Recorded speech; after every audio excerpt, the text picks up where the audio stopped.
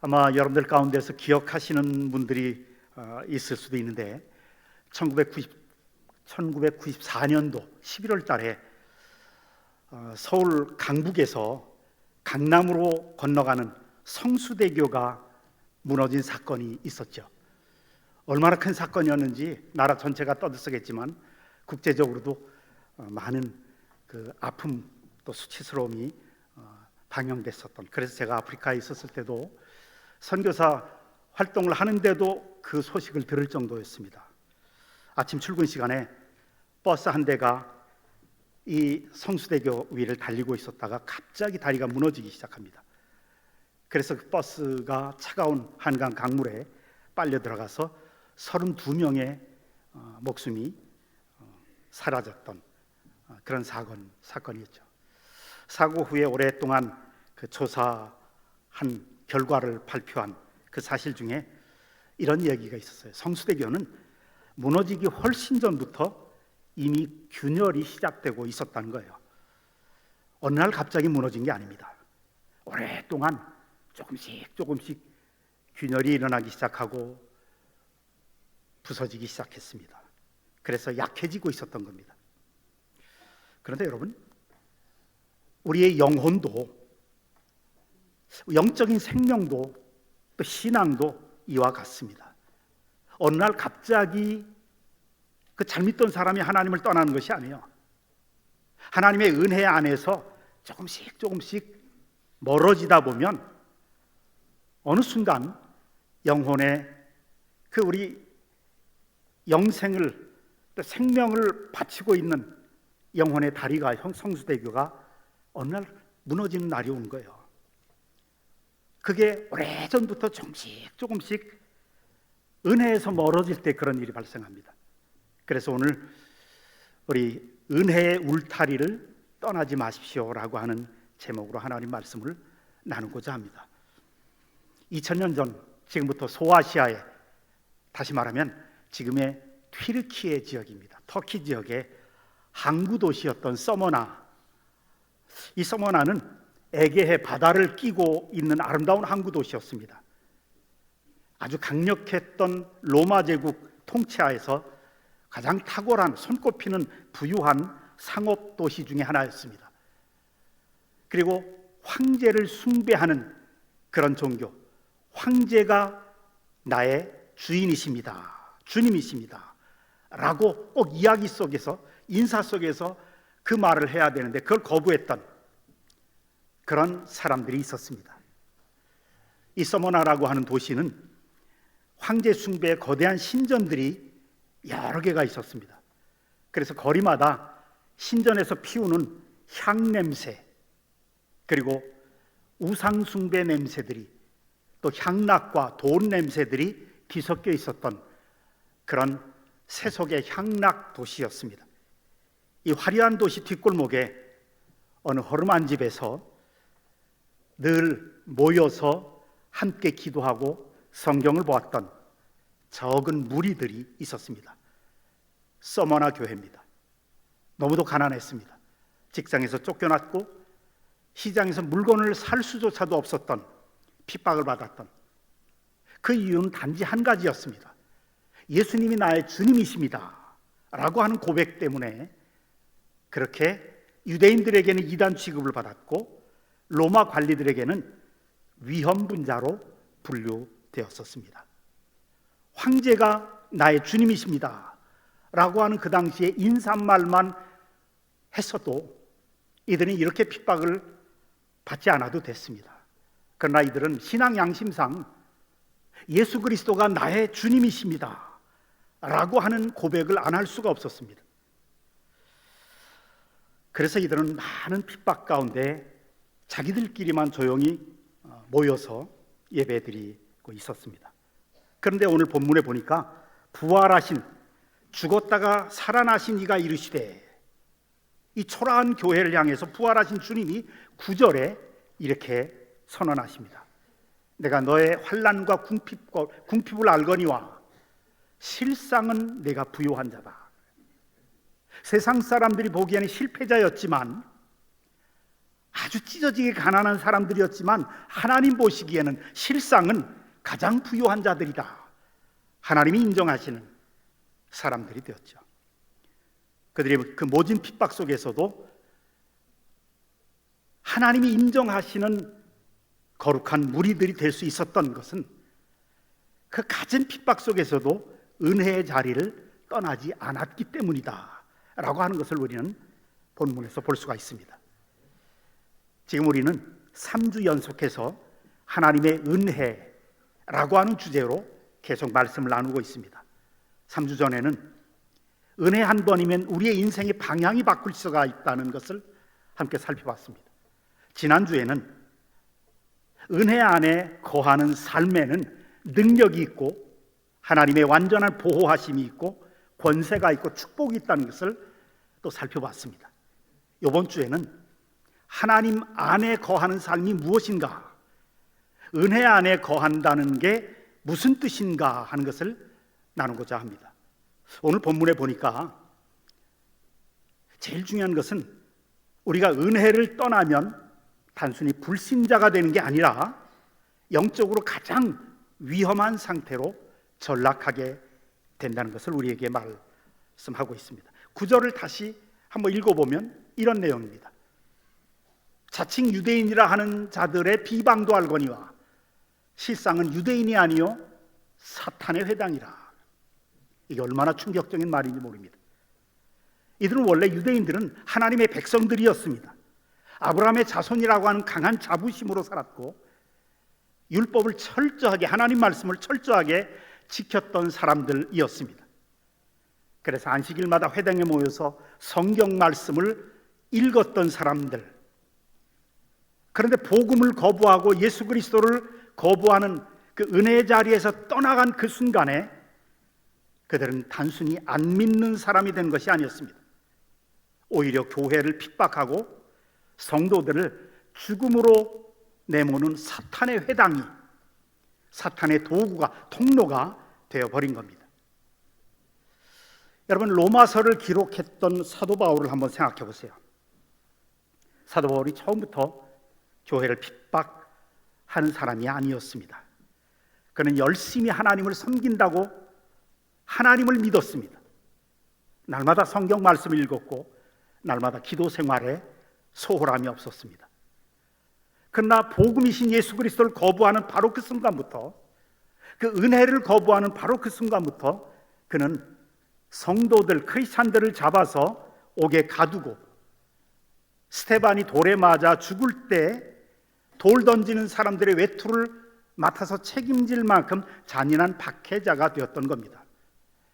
이것이 은혜이신 예수 그리스도 십자가를 떠난 그 사람의 영적인 현실이 된 겁니다. 여기에 뼈아픈 영적인 진리가 있습니다. 가장 좋은 것이 썩으면 가장 악한 것이 된다는 사실입니다. 우유를 맑고 신선할 때 마시면 생명을 살리지만 그 우유가 상하면 사람을 죽입니다.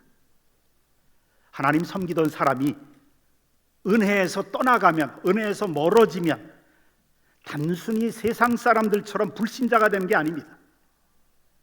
은혜에서 멀어지면 영혼이 황폐해지는 것을, 거기를 넘어서 오히려 더 광팍하게, 더 차갑게 하나님을 대적하는 자리까지 나가게 된다는 겁니다. 사탄의 회당이라. 우리가 하나님의 은혜 안에 있을 때는 사실 세상을 변화시키는 빛과 소금의 역할을 할 수 있지만 그 맛을 잃고 은혜 밖으로 튕겨져 나가면, 예수 그리스도의 복음을 거부하면, 은혜 밖으로 나가면 오히려 믿지 않은 사람들보다 더 악하고 더 강팍해지고, 그래서 사탄의 회당이 될 수밖에 없다는 이야기를 우리에게 주시죠. 솔로몬을 한번 생각해 보십시다. 우리가 기도할 때, 우리 자녀들을 기도할 때 하나님 우리 아이들이 솔로몬처럼 지혜롭게 하시고, 그 부분만은 좋아요. 네, 너무 솔로몬 하지 마세요. 하나님께 지혜를 구했던 그 순수했던 신앙, 성전, 하나님 앞에 성전을 지어드리려고 했던 그 헌신, 백성 앞에서 하나님께 영광 돌렸던 그 아름다운 기도, 우리는 마음속 깊이 기억합니다. 그 깊고 오묘한 그 지혜, 그래서 멀리 아프리카에서까지 솔로몬의 지혜를 들으러 왔던 그 솔로몬이 하나님의 말씀에서 멀어지고 이 은혜에서 떠나갔을 때 정치적인 그런 전략으로 정략 결혼을 하기 시작하죠. 우상 섬기는 나라에 공주를 데려다가 자기 아내를 삼습니다. 한두 명이 아니었죠. 이방 여인들을 자기 아내로 받아들이는 순간부터 그들이 가져온 우상을 섬기기 시작했고, 또 그들의 우상을 위해서 우상 신전을 예루살렘 성전 옆에다가 세워주기 시작합니다. 그래서 결국 그는 이스라엘 역사상 가장 방대한 우상 숭배의 서막을 연 사람이 되죠. 은혜 안에 있을 때 가장 아름다웠던 사람이 은혜 밖으로 나갈 때 가장 위험한 사람이 되었습니다. 그 하나님의 징계가 그 자녀 세대에 나타나죠. 가장 지혜로웠던 솔로몬의 가장 어리석고 미련한 그 아들이 태어나죠.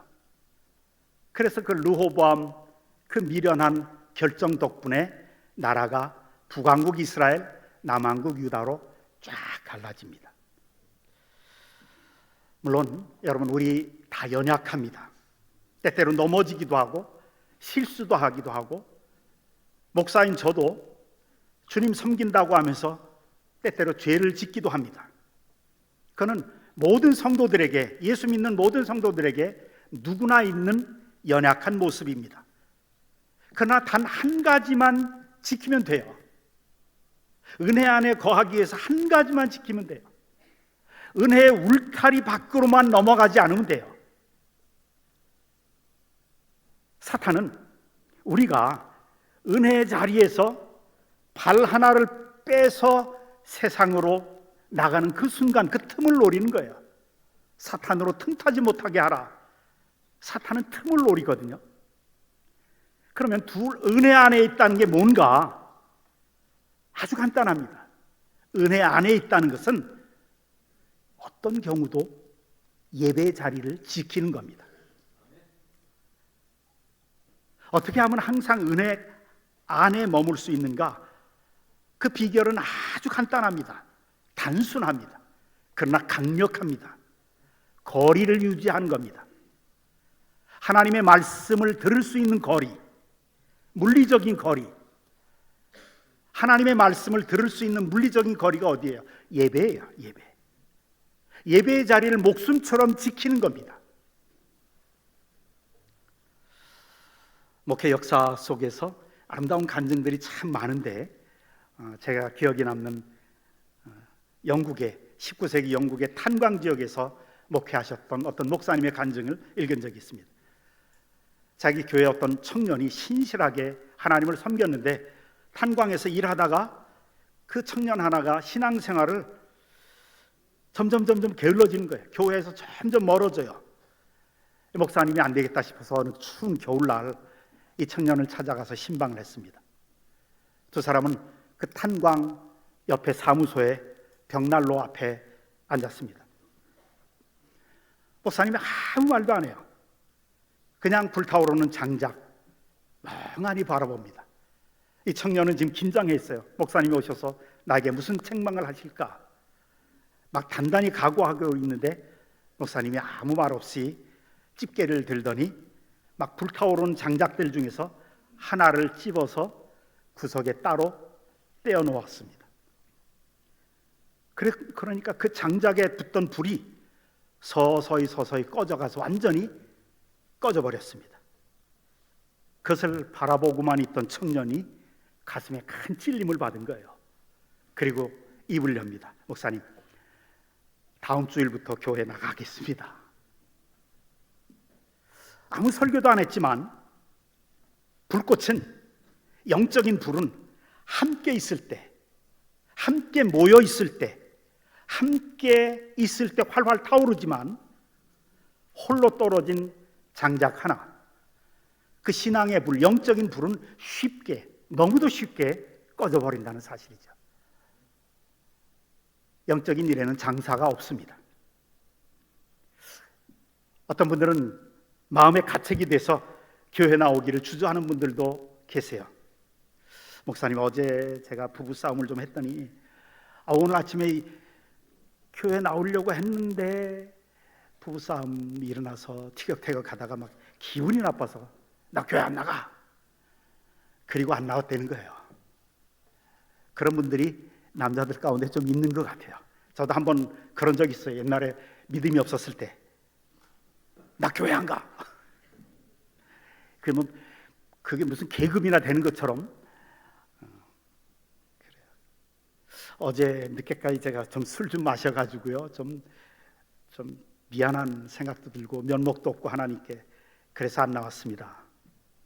근데 여러분, 그런 생각이 들고 그런 가책이 들은 그런 날일수록 반드시 은혜의 자리에 나오셔야 합니다. 한번 생각해 보세요. 내가 못된 짓을 좀 했어요. 좀 영혼이 더러워요. 근데 어떤 사람이 이렇게 말한다고 생각해 보세요. 제가 몸이 너무 더러워서 목욕탕에는 갈 수가 없는데요. 이게 말이나 됩니까? 더러운 몸 씻으러 목욕탕 가는 건데 교회는 영적인 목욕탕이에요. 예배 드리다가 찬송 부르다가 기도하다가 축도 받다가 설교 듣다가 성령께서 역사하셔서 씻김 받는 거예요. 목욕하는 거예요. 근데 몸이 더러워서 목욕탕에 갈 수 없다? 말이 안 되는 거죠. 더럽기 때문에 씻으러 가는 겁니다. 우리의 죄가 우리를 교회 못 오도록 막기는 해요. 그러나 그럴 때일수록 우리는 그리스도인들은 감정으로 사는 게 아니에요. 믿음으로 사는 겁니다. 내 감정은 뭐 교회 나가서 뭐해, 지금 이런 마음 가지고, 이 싸운 마음 가지고 교회 나가서 뭐 제대로 찬송이나 부르면 마음이 뭐 시원할까? 그러나 그렇기 때문에 더 빨리 교회로 달려와야 합니다. 예수님이 이 땅에 계실 때 한번 생각해 보세요. 어떤 사람들이 예수님께 나왔습니까? 바리새인들은 오지 않았어요. 바리새인들은 자기들이 깨끗했고 의롭다고 생각했고 정결하다고 자부하는 사람들이었습니다. 예수님께 나갈 필요가 없죠. 예수님의 십자가는 죄를 용서하시기 위한 것이었는데, 그런데 죄인으로 손가락질 받던 세리 삭개오, 7 귀신 들렸던 막달라 마리아, 남편이 5이나 있었던 사마리아 여인, 그들이 나왔거든요. 그들이 주님 앞에 나와요. 그런데 주님은 그들을 내치지 않으셨어요. 십자가를 바라보고 그냥 십자가의 피로 다 덮어주신 거예요. 그들에게 생명의 물을 주셨습니다. 그래서 여러분, 설령 어젯밤까지 세상의 습관을 끊지 못해서 늦게까지 컴퓨터에서 게임하고 또 설령 야동 보고 술 마시고 그랬을지라도 주일날은 하나님 앞에 나와야 합니다. 부부싸움 때문에 마음이 지옥 같아도 주일 아침에는 하나님의 전후에 나와 앉아 있어야 합니다. 설교가 귀에 잘 들어오지 않아도, 졸리고 지루해도 교회에 나와야 합니다. 왜? 은혜의 자리이기 때문에.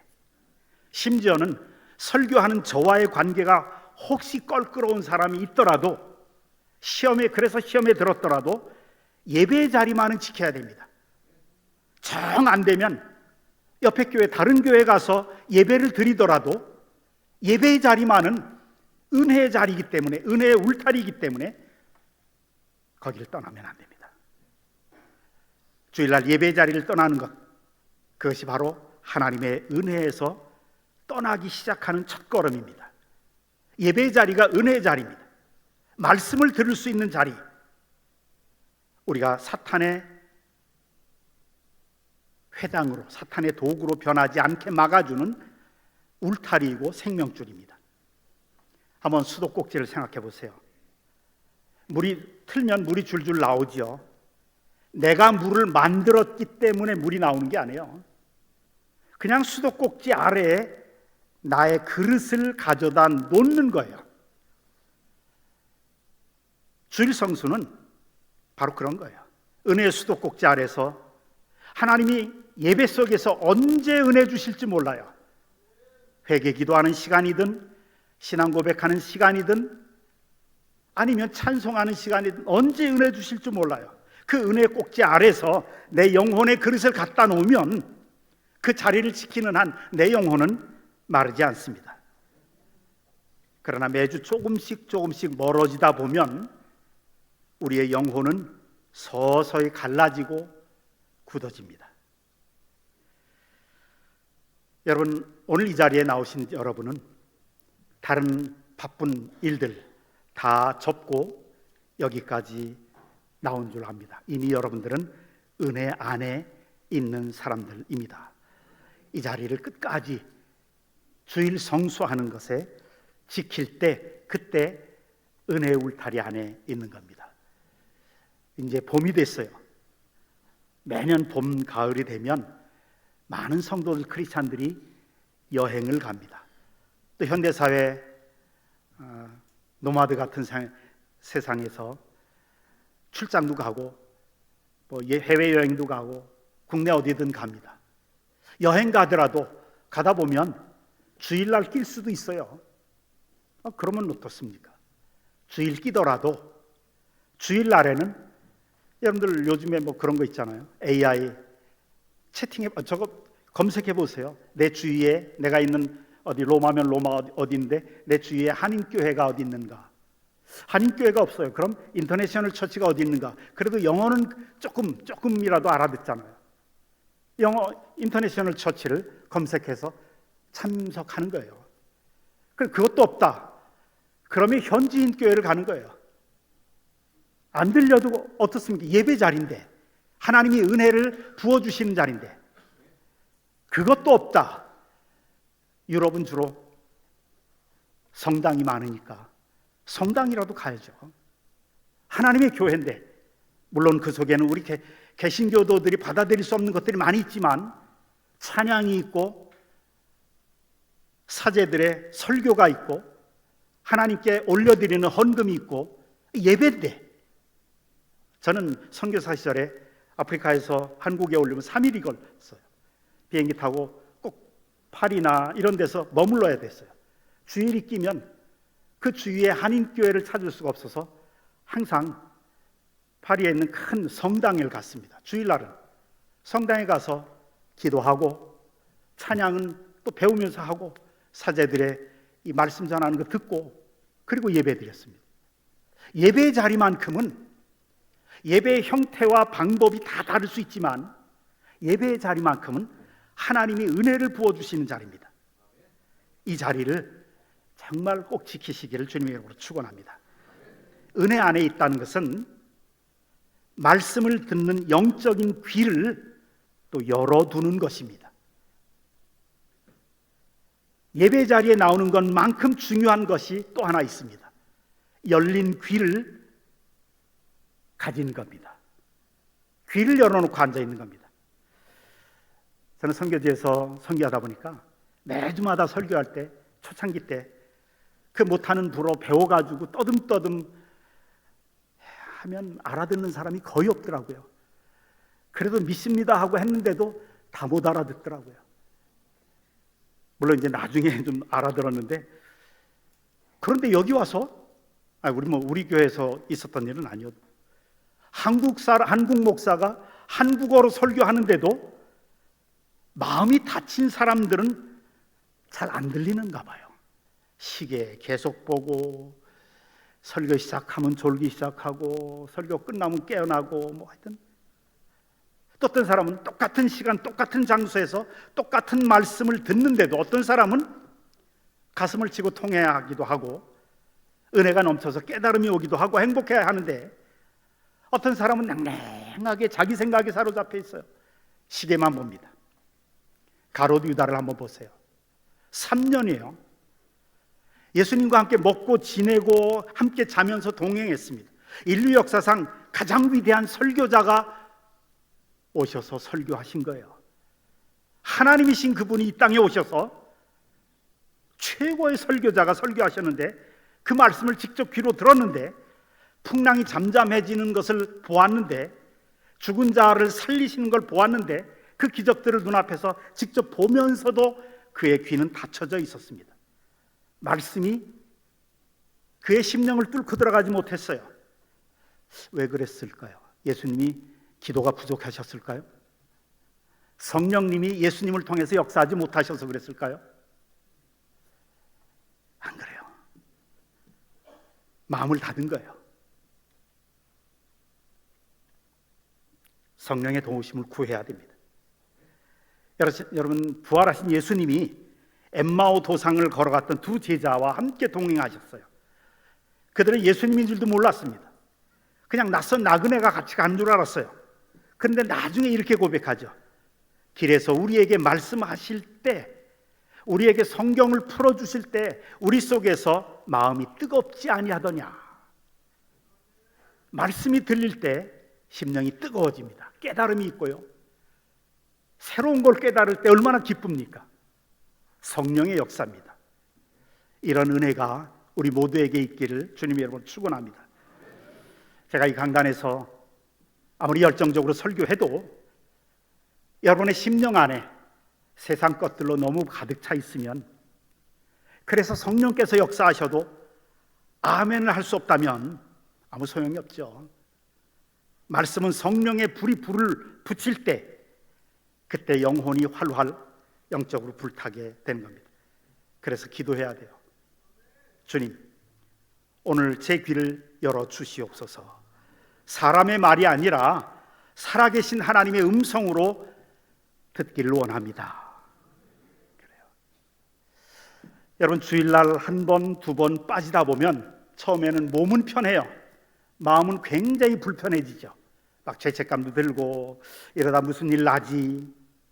그런데 세 번째 주, 네 번 빠지면, 한 달쯤 빠지면 마음이 편해져요. 마음이 편해지고 아무렇지도 않아요. 이제 울타리를 벗어난 겁니다. 영적인 귀가 막힌 거예요. 말씀이 들리지 않기 시작합니다. 마음이 굳어지고 영적인 일에 무관심해지고 냉랭해집니다. 그러다 보면 결국 말씀에서 멀어지게 되고, 사탄은 그 빈틈을 타고 들어와서 세상 깊은 곳으로 우리를 안내하기 시작합니다. 내 귀가 열려야 내 인생이 열리게 됩니다. 한번 저를 따라합시다. 귀가 열려야 인생이 열립니다.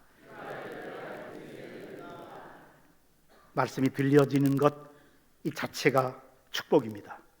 말씀을 들을 때 내 죄가 찔림받기도 하고, 말씀을 들을 때 위로되기도 하고, 말씀이 나를 격려해주고 나를 다시 일으켜 세우는 그 경험, 그것이 바로 우리가 은혜 안에 있다는, 살아있다는 증거입니다.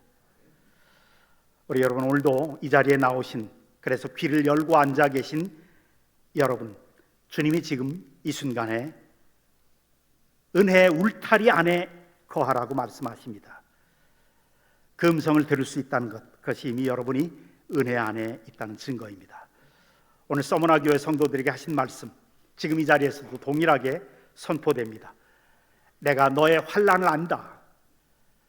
너의 고민과 염려를 알고 궁핍을 안다. 그러나 너는 내 안에서 부요한 자다. 지금 있는 그 모습대로 그대로 주일날마다 은혜의 자리를 지키십시오.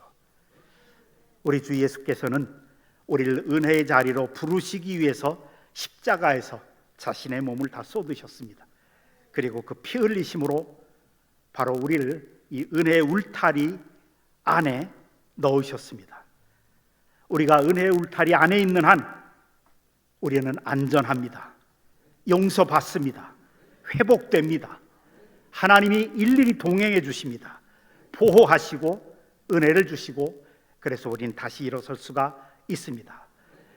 여러분 오늘 결단하시기 바랍니다. 어떤 상황이 닥쳐도, 어떤 죄가 나를 눌러도, 어떤 수치스러운 일이 있어도 나는 은혜의 자리를 지키겠다, 예배의 자리를 지키겠다, 말씀 앞에 내 귀를 열겠다.